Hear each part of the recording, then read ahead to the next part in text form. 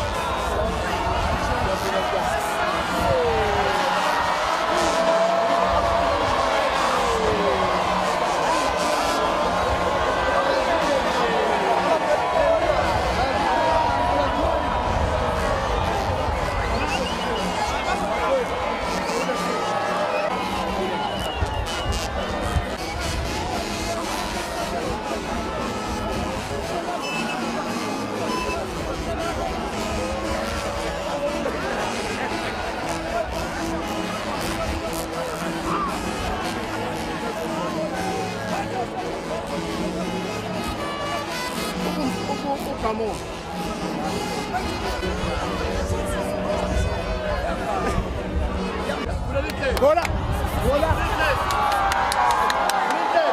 Frite.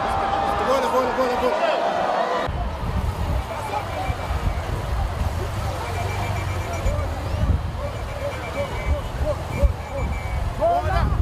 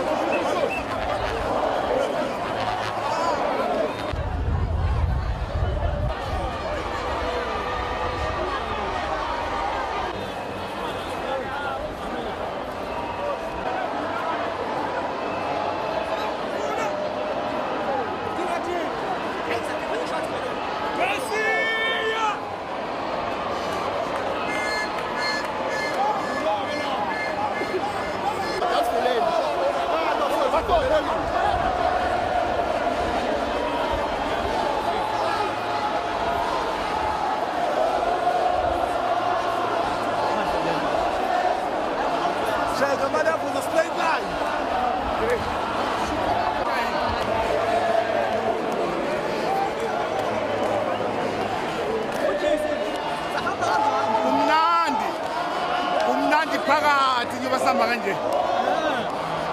Kwana sofela la. Sofela la ponyazi na sinda. Baba unyazi lwezulu.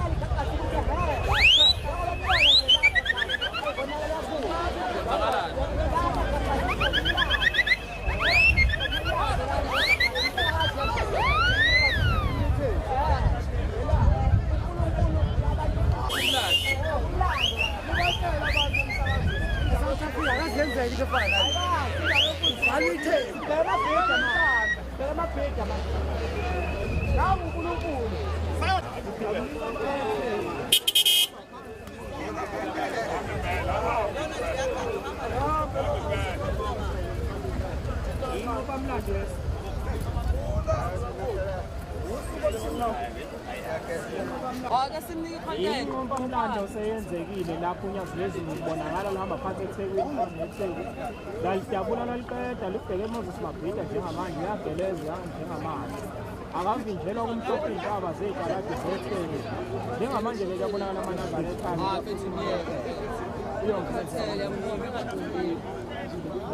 Sisaphela iningi into engedilene neTheku, South Africa. Lolu wazalethane esemanazana ukuthi uNkulunkulu ukhona udedela iy'busiso futhi uyasebenza uyabonakala. Njengabantu abakholwayo kubalulekile ukuthi kubonakale iminyakazo ethathwa yibandla lamaNazaretha njengelinye lamabandla amakhulu ase-Afrika nasemhlabeni jikelele.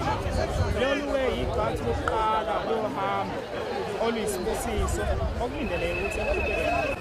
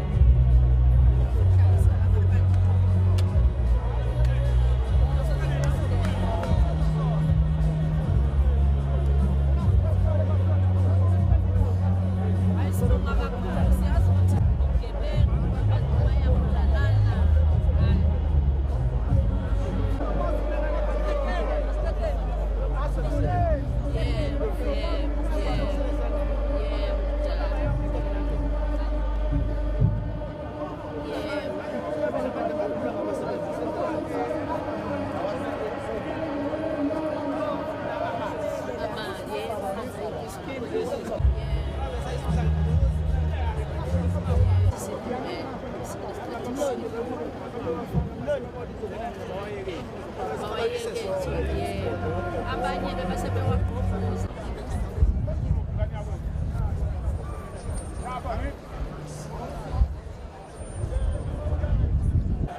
Amo.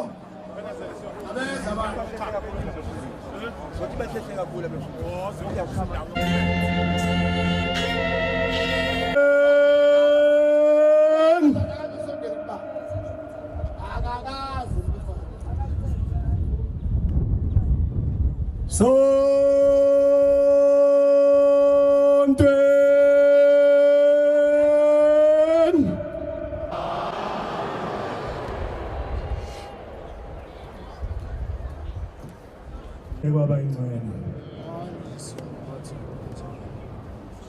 Bandla ithobekileyo likamenzi ezulu nomhlaba sesiyamdumisa manje udumisa imihla yonke amen.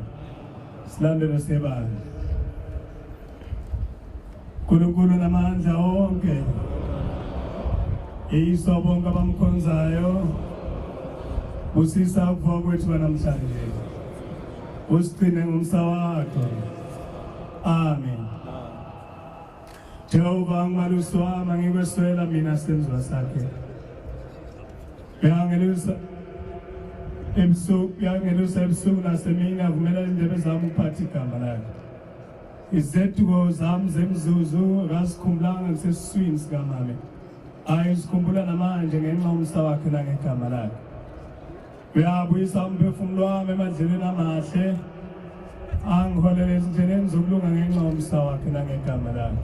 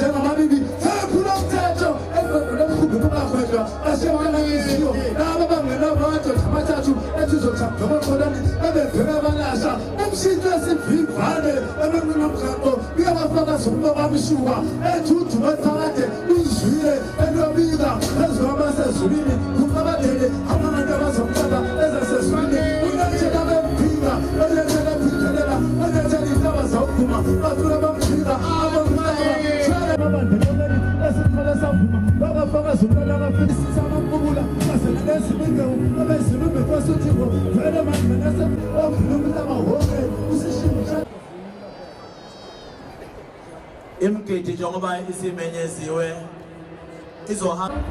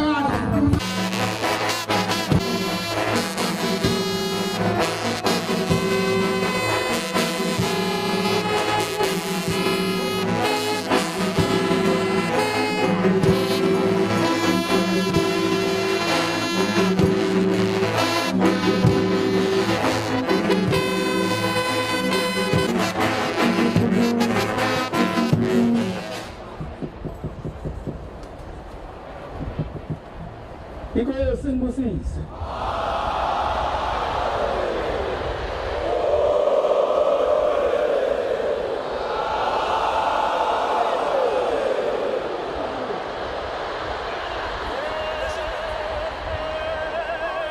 Iphola lana abantu abadala babuka iphola. Ithini sidlala ibhola nje lapha.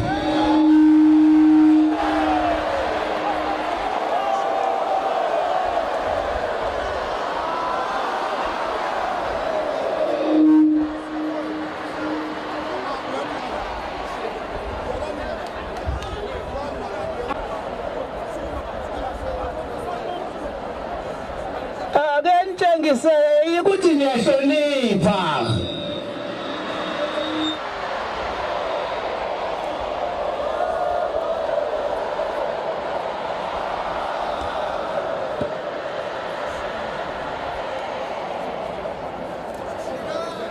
Ngiyangqaka ngoba la ngingenwa ngemali. Namhlanje ngingenisa mahala. Senohlale nginamazi ngitale ulehlanda.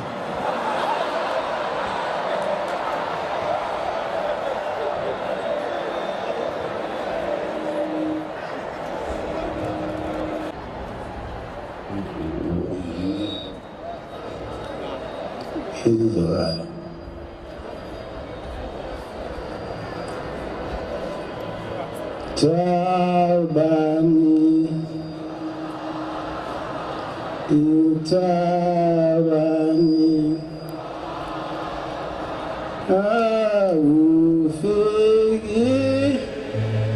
lobonga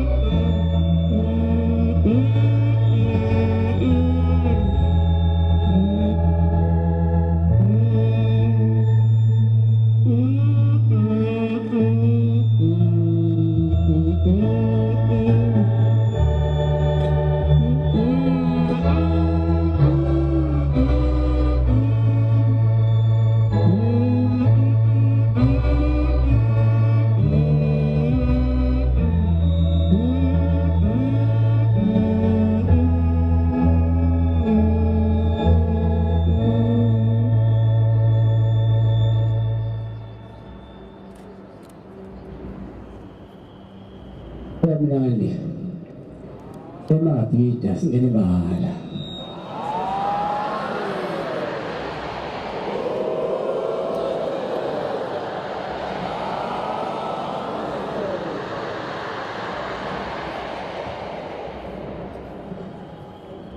Uthandwa umkhandlo wethu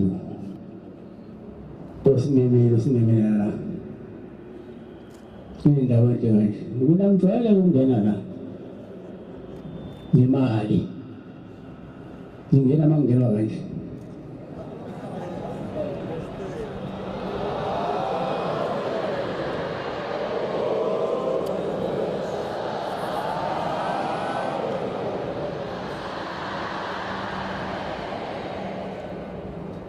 Ngibongela mina Nazareta. Ngicela ngithi ngicela ningiphelezele. Simenye ukuthi bayona mthatha kwami. Ngizolala.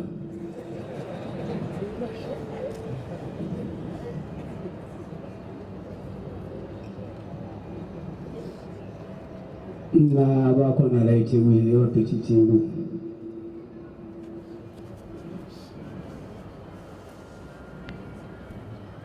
Nankulu uthi ukudlulisa ukubonga kunina amaNazareta ukuthi maye becela beumkhandlu wethu noNdunankulu ukuba nisize la silethe umthandazo esilethelana umthandazo uvuselela abantu onembeza abaphela onembeza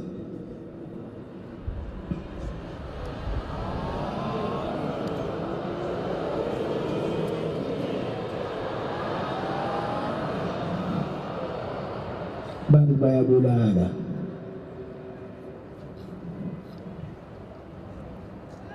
basanqamile manje ukubulala bese bethatha ikhanda balibeka ngapha eceleni lifune ikhanda kanti bahambe nalo balibeka indawo ngizocela nje uNkulunkulu ukuthi aphamise isandla sakhe uthi nanje emnyama wasididekile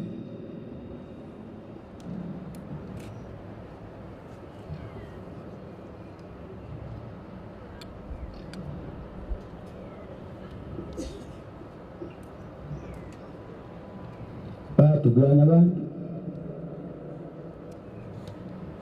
Sonye akudumile ukuthi wesikhangula isibhamu sakho sakhe wesikhangula ngawe abantu abantu badidekile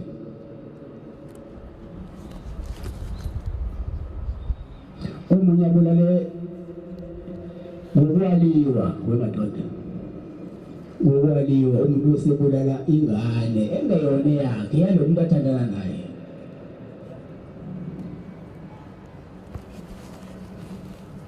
Sonke ukuthi siphumile esiporweni asicele emadoda ukuthi uNkulunkulu asibuyisele entweni sasiyiyo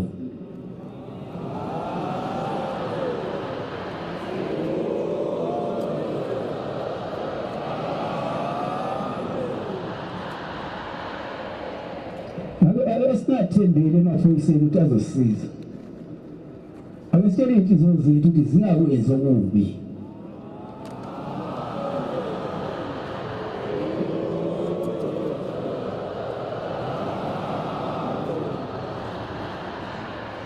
Napho siwanciphisele umsebenzi hayi ukuthi njalo azosiza amaphoyisa akube yithini esicabangayo sicabanga ukuthi kube nokuthula nokuphila emhlabeni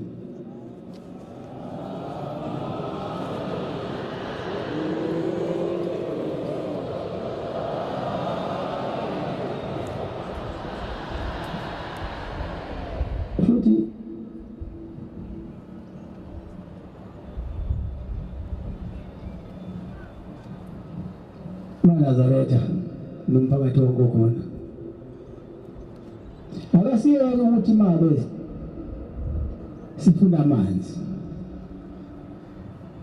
mhlambe khona iblockage amapayipini amanzi noma amapayipi ancane ikhukhula ebese sifisa igwaqo manje mawushisa umgwaqo azokhanga wena amanzi ukudala inkinga nje manje bese khanda lomgwaqo omunye ophele yona imoto eletha amanzi ayishisa bese solethelwa yini amanzi madoda ake sikhulule ngomqondo singabe nomqondo oyingane mina ngithi uma ngabe sifuna amanzi asifuna amanzi ngokucela amanzi ucela amanzi uhambisa iphepha elibhalile lahlanganyela nalibhalile lifuna lizise kwimeya yethu bese imeya yethu ilibukela lento le bese ifunda ithi angiyayizi ngiyazizwa ikhalo zini kepha nami sengizisela kakhulu ngizophendula ngesonto elizayo hayi masibona mashade simasha sizala bese ngafuna amanzi kodwa simashela ukuthi kube noxolo eKZN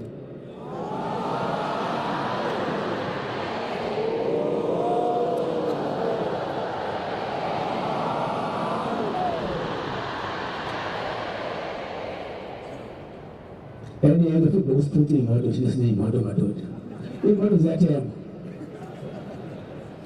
isiphuthi imoto niyiphose ngale eMozambique ngisana usibhekaza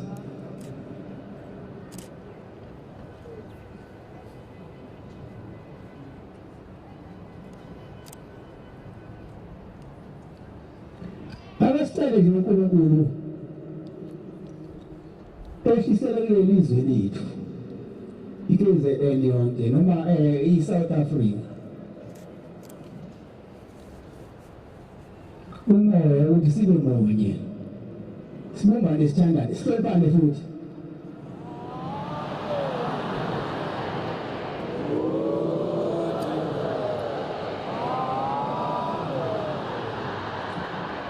Yibona ungahloniphani futhi uzophuca imoto uphuca kanjani ukuthi imoto uhlonipha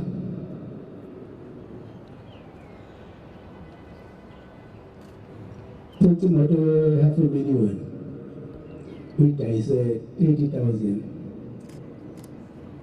omunye afe ngoba siyabulala sinjalo afile into yakhe amnika phela ukuthi umuntu umfuca ufuna ukuphuca ipopayi ka-2023 esegibele kabili kathathu wenze ithathu uzolwa sasicela uNkulunkulu asibuyisele entweni esasiye lokho esiwe nje ngonyaka ozayo asithandaze ukuthi ukhetho lihambe kahle kungabi khona okwebhu omunye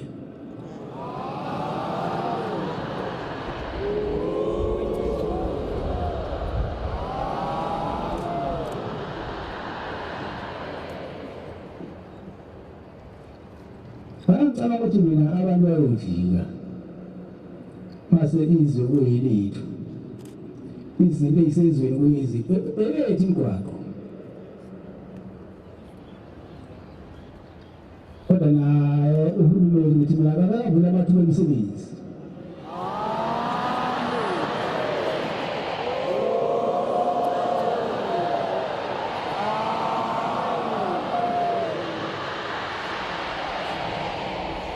ngoba ngesikhathi amathuba emisebenzi engekho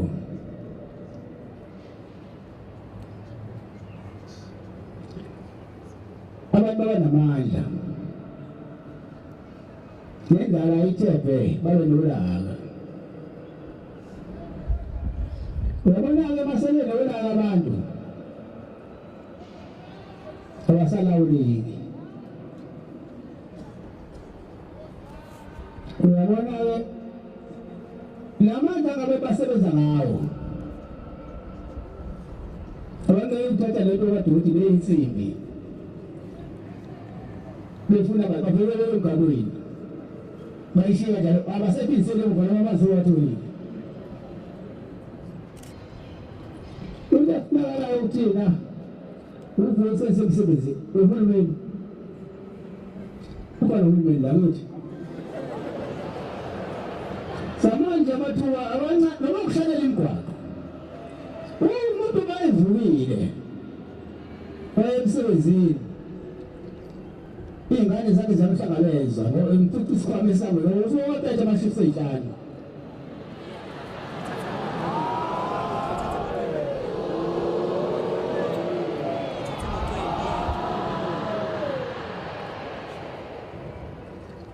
Angekho umsebenzi.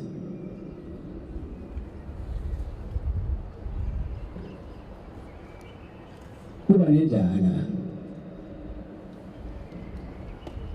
Uyabona ukuthi manje lesikhathi uteleke ngenze isikole kuba ney'tshebe ey'ndala nazo ushaya itoyitoya. Ufaka ukuthi washaya itoyitoya ufunda lo.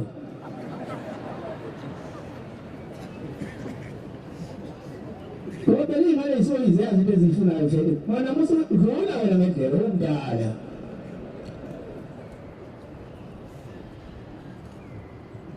Ngiyamcelela njalo ngesitayela imisebenzi uhulumeni.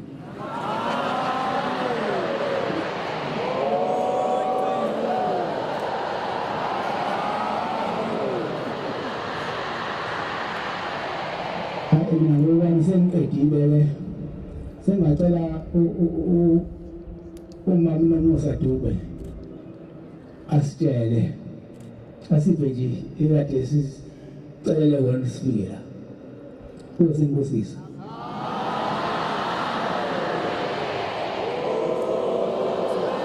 senkulu unyazi lwezulu. Amen.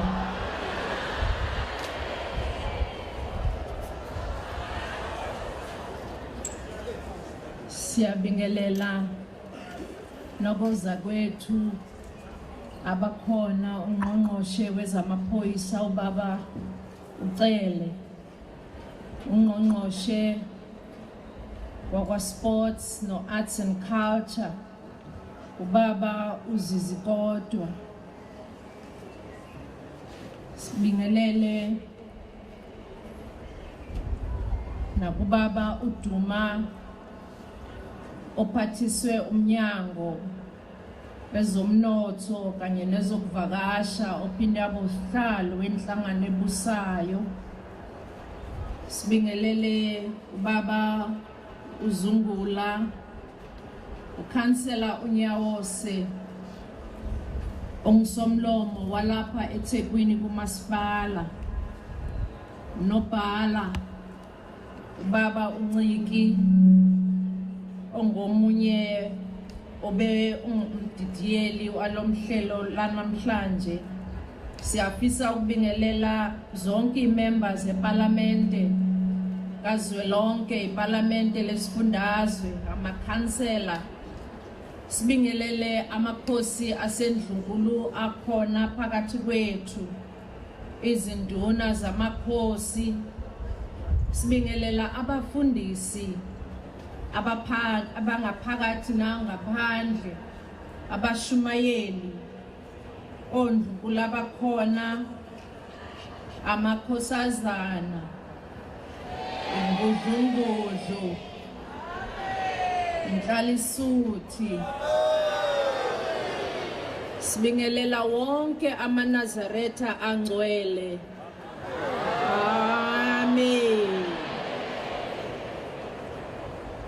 Kuyintokozo kakhulu futhi siyathobeka ukuba khona phakathi kwale ndawo engcwele namhlanje singuhulumeni wesifundazwe saKwaZulu Natal.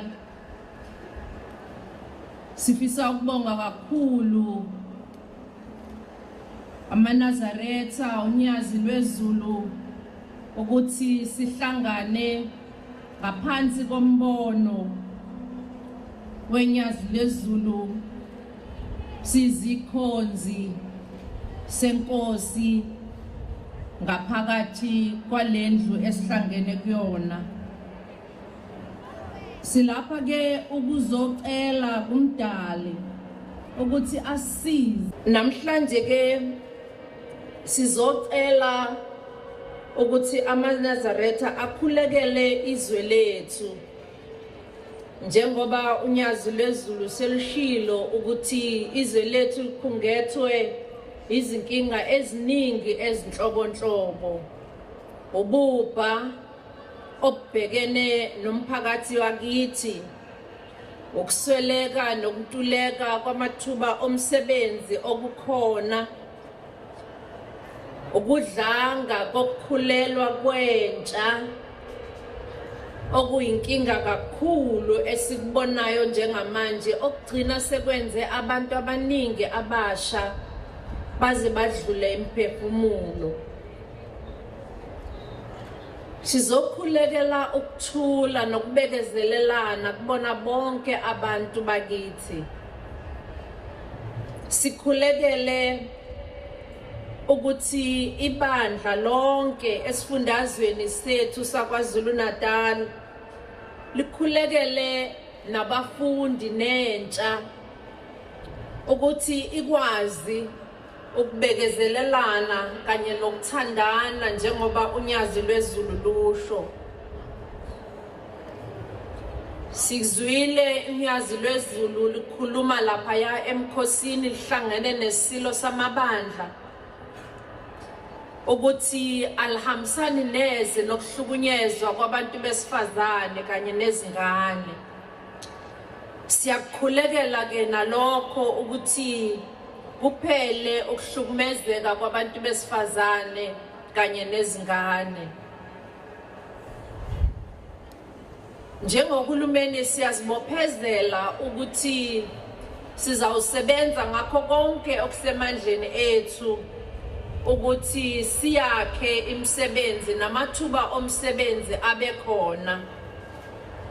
Zikhona izinhlelo esizobe sizimemezela khona maduze sibambisene lapha yakade sihlangene izolo nesigungu nabo baba uDuma lapho besikhuluma khona sidingida ngokuthi njengohulumeni ake sisheshise ukuthi ngempela kube khona amathuba omsebenzi permanent, hayi nje ukuthi kube khona lawa awesikhashana. Siyabonga ke ukubambisana okukhona phakathi kwamaNazaretha kanye nohulumeni wesifundazwe kusukela kuhlasela ikhukhula, kuhlasela iCovid-19, kwahlasela izibhelu. Ibandla belinathi ngaso sonke isikhathi libambisene nathi njengalohulumeni kukuhle kukubi. Siyayibonga ke imithandazo, sibonga singaqedi Nkosi yamakhosi unyazi lwezulu ukuthi unyathele lapha kulomkhuleko obaleke kangaka.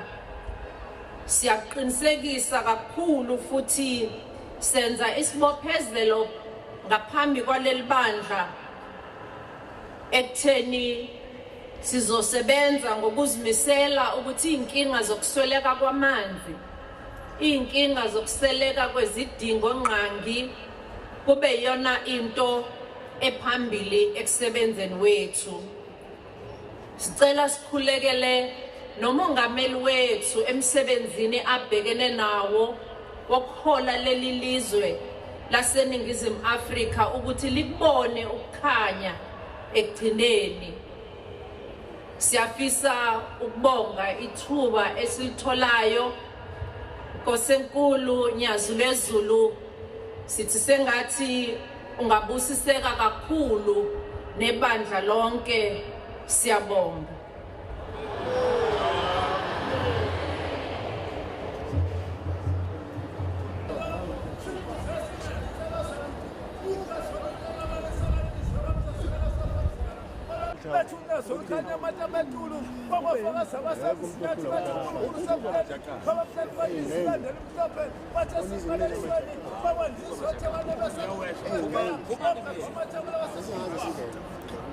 Nkosi yezulu nomhlaba. Siyabonga Nkosi yamakhosi uba khona phambi kobuso bakho lapha enkundleni yezemidlalo okuthiwa iMoses Mabhida.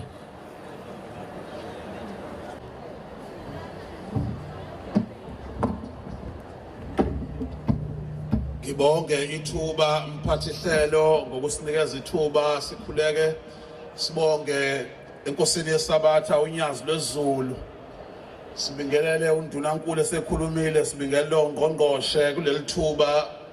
Sifisa ukuthi sibonge leli thuba elikhulu kangaka esilinikezwa ibandla lamaNazaretha namhlanje ke sifisa ukuqhakambisa into ezimbili ukuthi umqali wendlela umqali webandla lenkathi lakhiwa ibandla ngo1910 utheme kuphela iminyaka emibili kwakhiwa ukhongolose ngo1912 wasezobikelwa inkosi ebikelwa uDube esekhethiwe kwaqala ubudlelwano babanjalo so sithe nathi ke indle yakhiwa siyabonga ukuthi ibingxenye yale mashi sifisa ukubonga kakhulu ungqongqoshe uNdosi ngokuthi uzozibambela ethunywe umongameli wazohlala ukuthi umcimbi wanamhlanje uhambe kahle wazokwenza sure ukuthi isimo sambe kahle kwase kuba khona nongqongqoshe obhekene nobuciko lokudlala eSouth Africa bazokwenza sure ukuthi sambe kahle sifisa ukuthi kulesithathi esisithola sibingelele nabafundi sibe bonke sisho nje ukuthi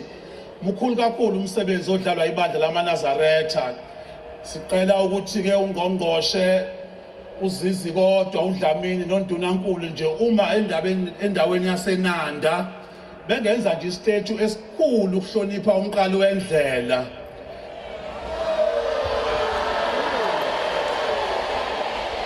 siyawujabula kakhulu thina njengesifundazwe saKwaZulu Natal konjalo noDube kuyokwenza nje ubudlelwano bebukhulu buhambe bebuhle ke phambili kulo 2 minutes esuphiwe siyafisa ke nakhona ukuthi zonke inhlelo ezenziwa ibandla sibe ingxenye yazo sibonge ubuholi obenzile nanokuthi nje unyazi lwezulu likwazi ukusamkela nabafundisi nabavangeli basebandleni ngaso sonke isikhathi basebenzisane kahle nathi ngaso sonke isikhathi siyokwenza show useshilo kuNdunankulu ukuthi intsha siyofika nasebandleni sizokhuluma ukuthi siwenza kanjani amathuba okusebenza sizoziveza ukuthi zinjani izinhlelo esinazo sizibandla singafisa ukwenza njalo siyabonga kakhulu ukunikezwa ithuba Amen.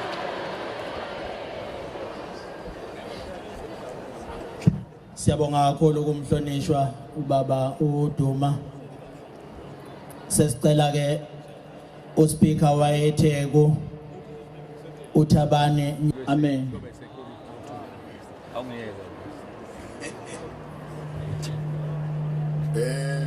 asibingelele asilozulu sibonge nethuba njengomasipala weTheku enisiphelona ukuba sibe ingxenye yalomthandazo abantu abaningi ke abasuka enhlanganweni ehlukahlukene nabasuka enhlakeni zikahulumeni sebethuliwe ngeke ke ngisachitha isikhathi somthandazo ngibuye ngibethule singaba nje ukubonga egameni likamasipala omkhulu waseThekwini ukuthi kube khona inkonzo enkulu kangaka noma umthandazo ongangalo edolobheni lakithi inkinga eziningi inkosi noNdunankulu abakhulume ngazo zenzeka eThekwini amalokishi aseThekwini aphambili ngobugebengu izinto eziningi emphakathini ehlukumeza abantu zenzeka eThekwini nathi ke somasipala sayibophezela kusosebenza kanzima ukusheshisa ukulethwa kwezidingo zabantu emphakathini nokubambisana ke nenhlaka zonke zikahulumeni nezomphakathi kanye nenhlaka zezenkolo ukulwa nazo zonke izinto ehlasele umphakathi wakithi siyakholwa ke ukuthi ngalenkonzo noma lomthandazo ukusuka namhlanje umyalezo uzofinyelela kubantu abaningi bashintshe ukwenza bashintshe ukuziphatha sibone umehluko siya phambili siyabonga kakhulu ke ngokuthi nibe ingxenye yalenkonzo nokuthi nikhethe ukulomthandazo ube seThekwini siyabonga Amen. Abonga kakhulu umqali waleli bandla lamaNazaretha wafikela lapha eThekwini othe mayesefike khona wehla khona lapha ngaseDurban station wayawufika ezantsi emsizini wahlala khona, wahlala kwaze kwaphela unyaka nohafu ehlezi khona ethandazela abantu, ephilisa abantu, baphenduka abantu. Maqedana wayesecela imvume yokuthi nabantu abaningi sebephendukile bekhetha uNkulunkulu sebembonile. Wayesecela ukuthi ucela ukuyobageza olwandle.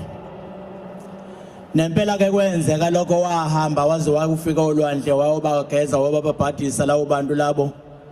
Kwathi noma kukhona amasosha namaphoyisa aphethe ibhame enkulu egadile ukuthi shembe uma ngabe ngahle kube khona umuntu oyedwa nje nomenzayo lapha uzosibona ukuthi ufana nobani, kodwa ngenxa ukuthi kwakuNkulunkulu evele ezulwini akwenzakalanga lutho, bonke abantu bagezwa ngempumelelo. Amen.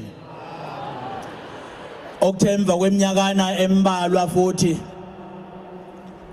kwase kusuka indaba yolwandle seluyaluza kakhulu, amagagasi olwandle lufuna ukugwinya itheku lonke. Okwabe segijima abantu bonke beyaluza bengazi ukuthi bazobiza bani, asabelephi ukuthi lolu lwandle njengoba lingena nje eThekwini ubani ongahlalumisi. Kwaba khona mvelivelayo ke ngaleyo mnyaka yo1918 ukuthi cha ukhona uNkulunkulu olaphana eNanda ekuphakameni, nganjani makulandwa yena ukuthi azolukhuza lo lwandle. Nempela ke wabuya umqalo wendlela weza walukhuza ulwandle, walidudula njalo wazolubeka lapha evele lukhona. Wayesesho ukuthi thina njengoba sinibeka lapha nje nasasivele sinibeke lapha sinobaba sidala izulu nomhlaba. Lo mkhuleko ke uzoshaya leso sitembu sokuthi sikhumbula indaba enjengaleyo eyenziwa uShembe eminyakeni eminingi engaphezulu kwekhulu eyedlule. Eyisimangaliso. Sithi namanje ke njengoba sokhona lo uNkulunkulu wesihlanu esethenjiswa ukuthi mase kufike yena kuyobe kufike yena umqalo wendlela, umqalo lokhu kuhamba owafika kuqala lapha njengoba sebeshila abahlonishwa bathi bazokwenza istatue sakhe sokumhlonipha lapha eNanda. Singazi ke noma kuzokwenzeka yini ukuthi ke lo mkhuleko siwenza lapha usiyohlala uba khona njalo umnyaka yonke, ngoba indaba kaShembe sifuna ingacishi kodwa ikhule usuku nosuku, iAfrika yonke igcina ibonile. Omdala weinsuku esimlandelayo awugwinye wonke umhlaba, umhlaba ugcine wazi ukuthi uNkulunkulu wezulu nomhlaba. Ngalawo mazwi nje naNkosi yamakhosi ngithi angehlele ngezansi ngibonge bese ngicela ukubuyisela kumhlonishwa ozozivalela ngamazwi nje okusupporta uMinister of Sport uZizi kodwa mayiseqedile ke ubeka leyo message of support bese sibuyisela zonke intambo ezulwini, umsebenzi wonke womthandazo uNkulunkulu awuzele bese uqhubeka ngokwemfanelo. Amen. Angibonge ithuba mphathi wohlelo ngokuzithoba nangenhlonipho enkulu. Ngibingelele unyazi lwezulu longathethi manga. Ngibingelele ke nina nonke maNazaretha amahle. Ngibingelele ubuholi obuqhamuka kumaqembu ohlukile ezepolitiki. Ngibingelele ubuholi obukhona esifundazwe obuholwa ngumama uNdunankulu nobuholi bamasonto ahlukene akhona phakathi kwethu. Ngibingelele uzakwethu lapha kwiCabinet uNgqongqoshe wezamaphoyisa ubheko kwakhe Hamilton Cele, nina ke nembiza Bheki Cele, ngibiza igama eliphelele. Mangisho ngithi okokuqala nje ngifuna ukusho ukugcwala umlomo ukuthi ubakho kwethu la sizovakalisa nokubonakalisa ukuthi 100% owethu unyazi. 100% owethu unyazi. Ngilana ke mina Unyazi LweZulu ngoba uthinte inhliziyo yami. Ngiyafisa ke Unyazi LweZulu elingathethi manga ukuthi usithinte sonke inhliziyo zethu. Ngiyafisa nokuthi yazi ukuthi zikhona izinto obuzifisa ngaphambilini singubuholi bufisa sizenze, ezinye Unyazi LweZulu azenzekanga ngalendlela bufisa zenzeke ngayo. Siyaxolisa ngeziphoso zethu Unyazi LweZulu. Siyazi ukuthi nanamuhla zikhona izinto ofisa sizenze. Uma ezinye zingenzekanga ngalendlela ofisa ngayo, xolela iziphoso zethu Nyathi.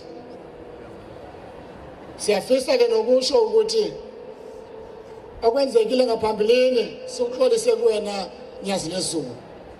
Nokuba zithona inkinga esibhekene nazo zobuholi, ingqinamba esibhekene nazo, sicela kuwena Unyazi LweZulu, izwe lakho lingabuyeli kubelungu. Noma kwenzekani inkinga esibhekene nazo nengqinamba, siyazi ukuthi izwe ngeke uvume libuyele kubelungu. Ngiyayithanda ke mina lento uyenzayo namuhla ye-10 kilometer walk, lolu hambo le-10 kilometers. Ngisho manje nje kongqongqoshe kwezemidlalo. Ngiyafisa ke Unyazi LweZulu elingathethi manga ukuthi ungase lolu hambo lube khona unyaka nonyaka. Ngithemba ukuthi umnyango uzosebenzisana nawe ngoba unomthelela kwezempilo lolu hambo lude kangaka Unyazi LweZulu. Isifiso sami ke ukuthi kini na nonke nemindeni yenu Inkosi inibusise. Unyazi LweZulu elingathethi manga, Inkosi ikubusise. Ngiyabonga. Siyabonga kakhulu kumhlonishwa. Lonke ke uhlelo seliphele.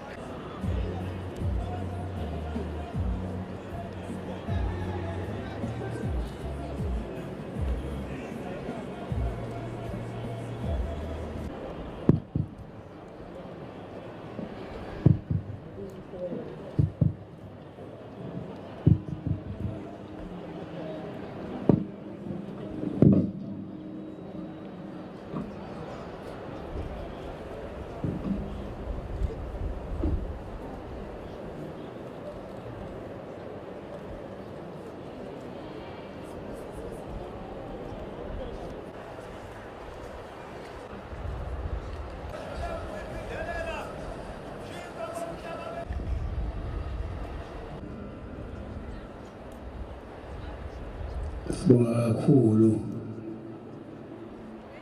uhulumeni wesifundazwe ukuthi asibize sibe la. Angasho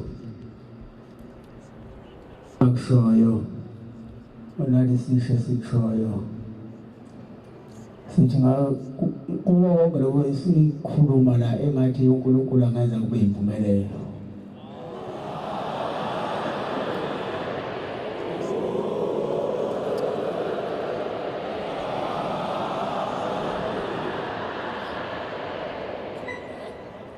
Kodwa phela nje basila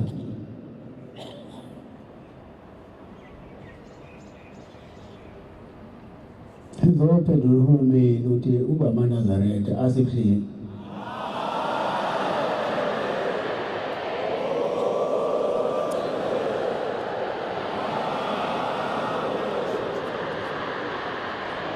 Hayi phela mina la ngifike khona ngiphendula abantu base bengilandela.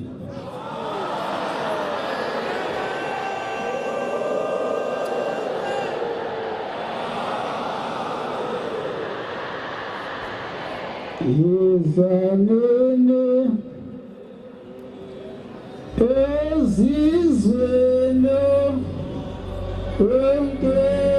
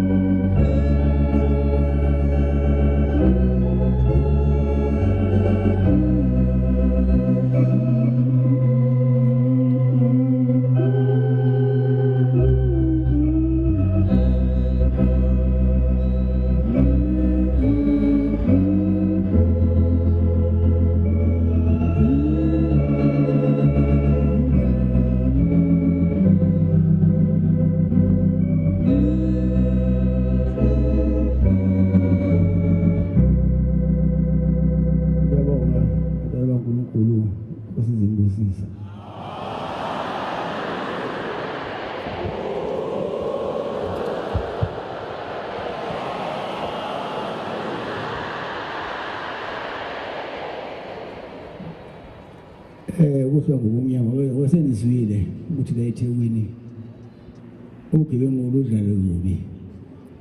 Angifuni ukunibambezela isikhathi eside. Ngifuna bonke abantu bakhumuke ngesikhathi. Bafike emakhaya bephephile.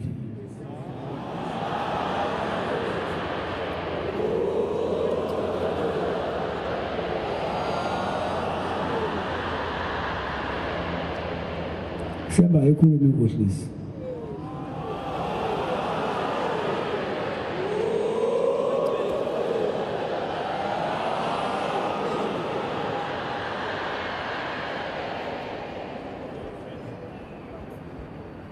Ngibona ngesinye isikhathi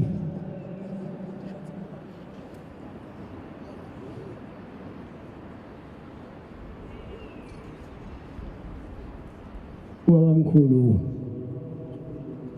esezohamba ayoshintsha ibhanti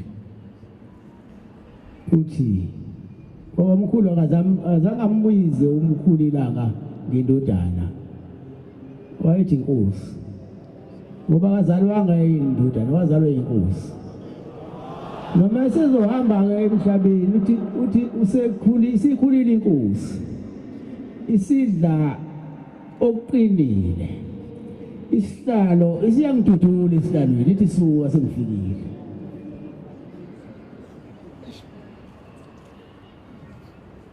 sase sifika ke leso sikhathi waseshintsha ibhanti babamkhulu ubabamkhulu esaphila ke ngakashintsha ibhanti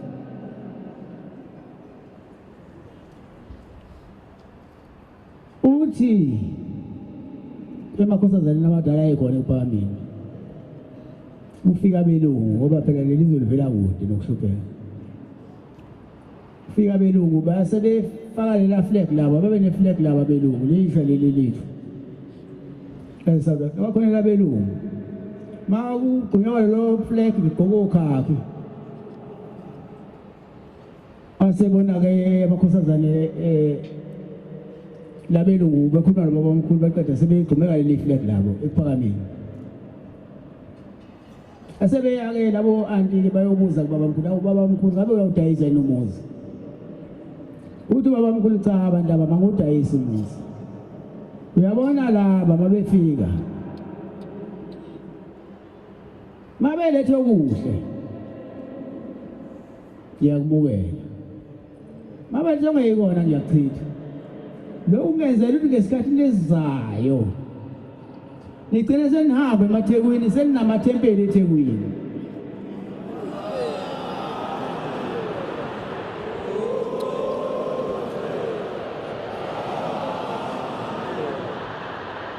uyabona nje umkhulu ilanga naye baba mkhulu wabizwa sekubonakele la ulwandle seludla izinto ngali amaflat wabizwa baba mkhulu wathi ubaba mkhulu sebehlulekile ababethu bayazazi izinto wasefika nje badesha umfundisi wasekufika wathi baba mkhulu uyeza wafika wasengena ekhuluma nalo ulwandle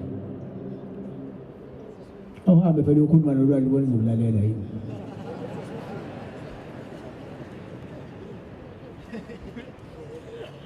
wathi thina lulwandle asukubikanga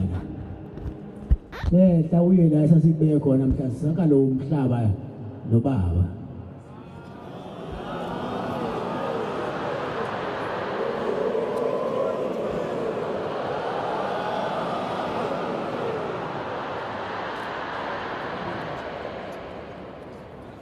na ushamba kaqala ubizwa eThekwini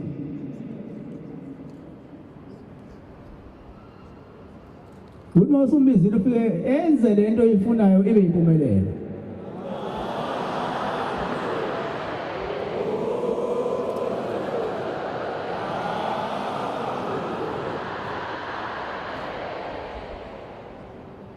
uthe sefika izinsuku kushintsha ibhanki wasekhuluma nenkosi ilanga umkhulu wami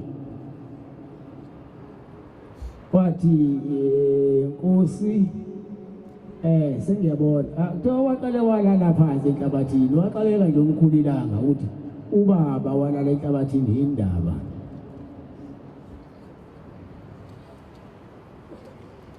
wayephuma esikoleni umkhulu ilanga ehambe efuna uyise wakuthiwa washona le eNtanda wangamfica wabuya weza la ikubula izathu emathuneni lawo eBhenqola waze wamthola eBhenqola elele phansi engadlalile okwakutshengisa ukuthi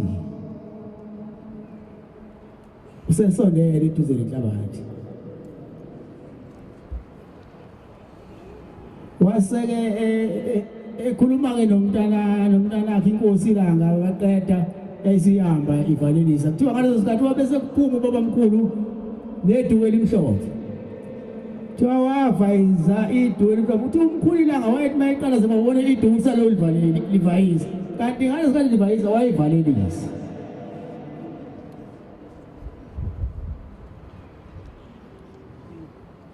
kodwa semtshelile imithetho uthi Nkosi uyabona mangabe emhlabeni uthi ungalikhonki indlu yami yokugcina ngokhonkolo ngoba ngifuna ukukhula nginabe ngimboza umhlaba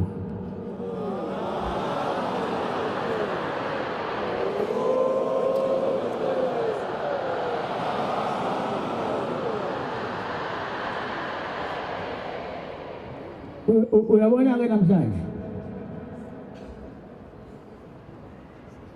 nomkhulu ilanga bambiza belungu eCity Hall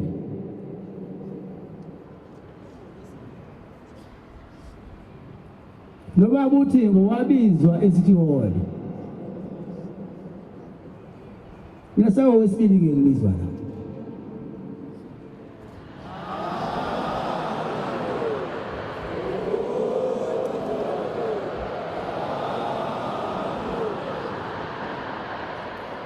umhlaba uyazi ukuthi ushembe uyisifanele esikhulu esiqaqa amabhodi adathomba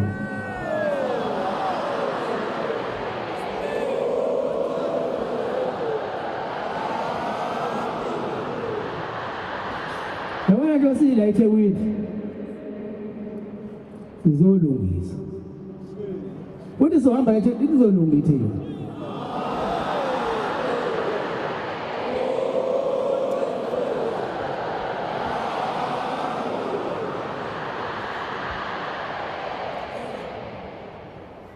izolo besiswazini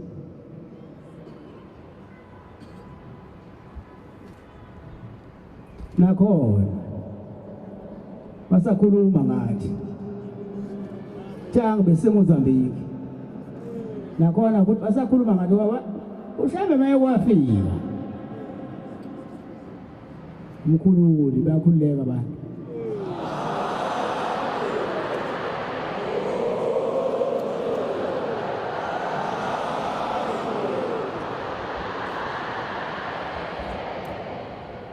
ngiyacela-ke bantwana kaNkulunkulu ukuthi uNkulunkulu ayiphendule imithandazo yethu ibe njengoba sicela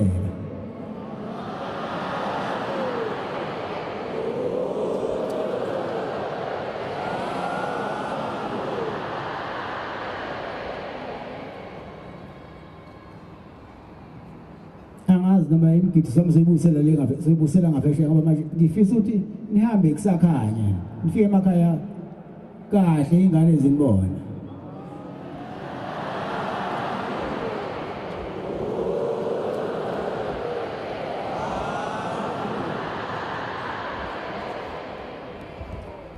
sibonga kakhulu uhulumeni nangelinye kahulumeni mawusimema siyofika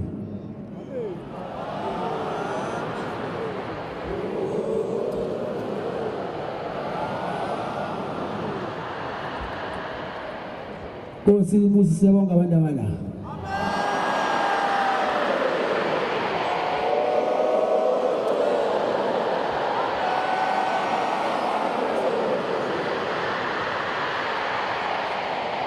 ese ibusisa lethebu namaphethelo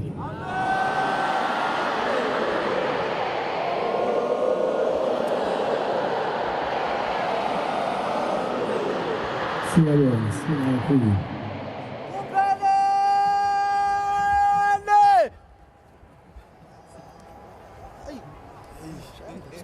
shamba ingcwele